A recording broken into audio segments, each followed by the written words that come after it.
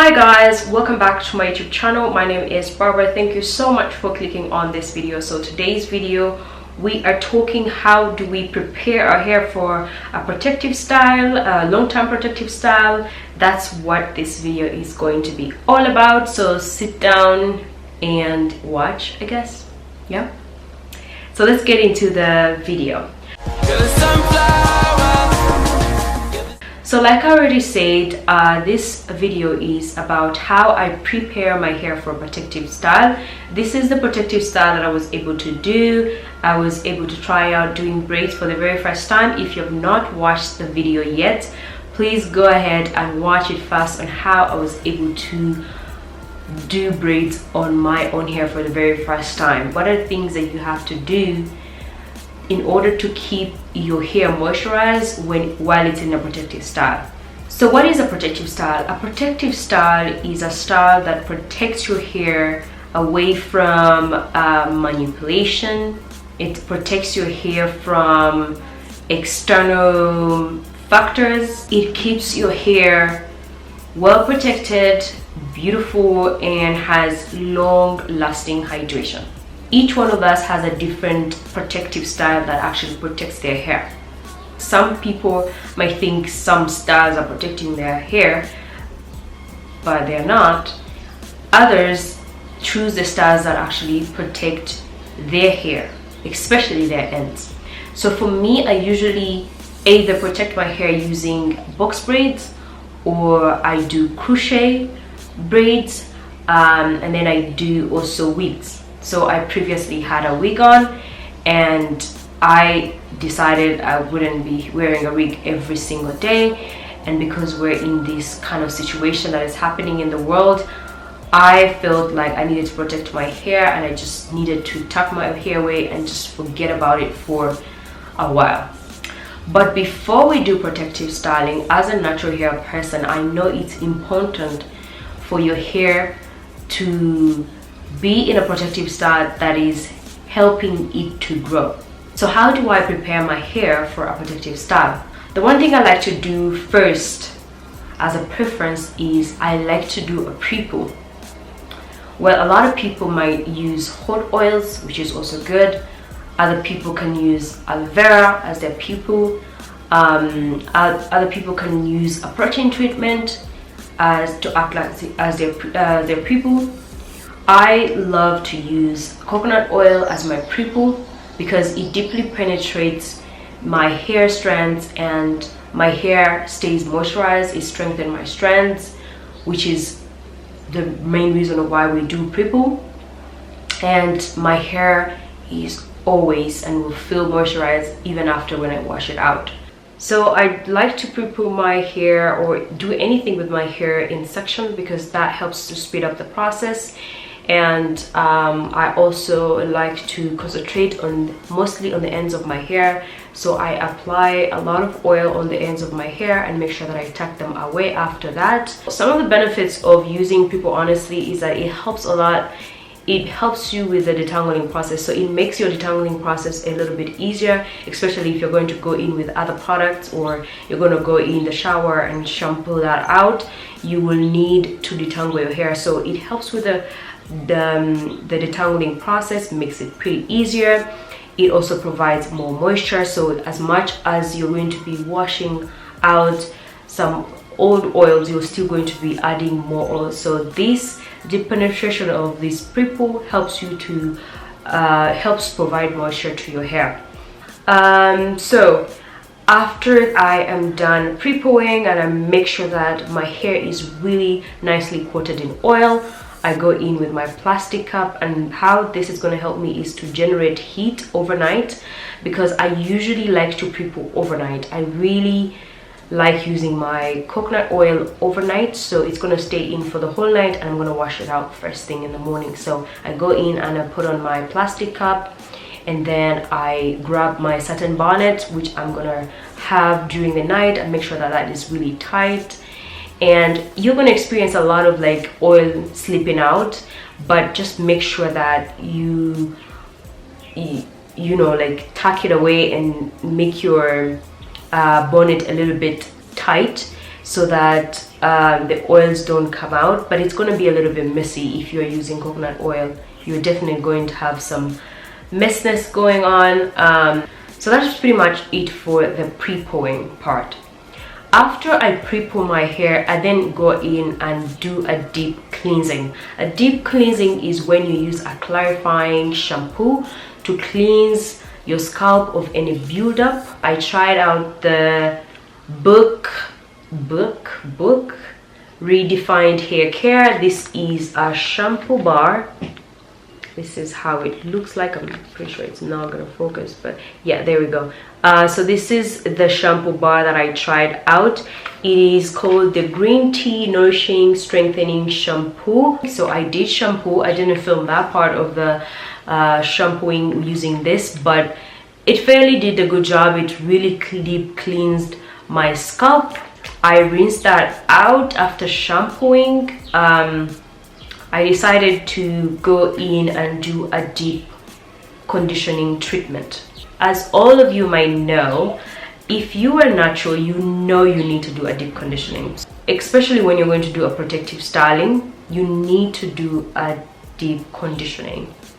So I went in with my my deep penetrating moisturizing conditioner that I got this year. It's called Africana Triple Butter Deep Penetrating Moisture Conditioner. So this is pretty much how it looks like, and I'm almost like running out of it. I also did that. So basically, when you're done shampooing your hair and your hair is freshly washed, you go in with a deep conditioning treatment and you concentrate the deep conditioner on the ends of your hair, making sure that you work it into each strand of your hair that is nicely coated with a deep conditioner. Because what you're going to do is you are going to leave it on for like 20 minutes or 30 minutes depending on how you like to do your deep conditioning. A lot of people do 1 hour. I do 30 minutes to an hour, but today, because I did an overnight pre-poo, I didn't feel like I had to do a 1 hour deep treatment, so I went in for 30 minutes, of which I did the same thing. I coated all my hair strands with the deep conditioner. I made sure that each strand of my hair had deep conditioning, and after I did that, I went in with my plastic cup. As usual, I put it back on and I made sure that it's nicely tight. I went in my steamer for 30 minutes, and which you guys already know, I got a steaming cup. This is what I put on for 30 minutes, and then I rinse the conditioner out. So that is pretty much what I did with that. So after deep conditioning my hair, I went in to do my LCO method, which if you have not seen that video, I'm gonna link it up above. Go and watch that, how I moisturize my hair using the LCO method. I use that next to moisturize and nourish my hair and put some love into my scalp, because I'm gonna tuck this hair away for a while. Because of the style of hair I'm gonna be doing, I went in to do like some small section of box mini braids in my own hair, because I was going to put on braids, these that I have in. But before doing that, I made sure that my hair was nicely moisturized with a leave-in conditioner, which is Cantu. I went in with my cream. I used shea butter because I needed to put like a bit of butter on my hair, and then I went in with olive oil as my sealant, and that's pretty much what I did when it comes to that. And then I twisted up my hair into the mini braids that you can all see in the video. So that's pretty much what I did. But when you're doing the moisturizing part of this, as you prepare for your hair to be in a protective style, you want to make sure that your hair is really moisturized. This is when you double the moisture, right? So if you're using water or a leave-in conditioner, you apply a lot of leave-in conditioner, and I only do that when I'm going to do a protective style, because I want my hair to be at least hydrated for like 2 weeks, at least 2 weeks, right, before I do anything else with it.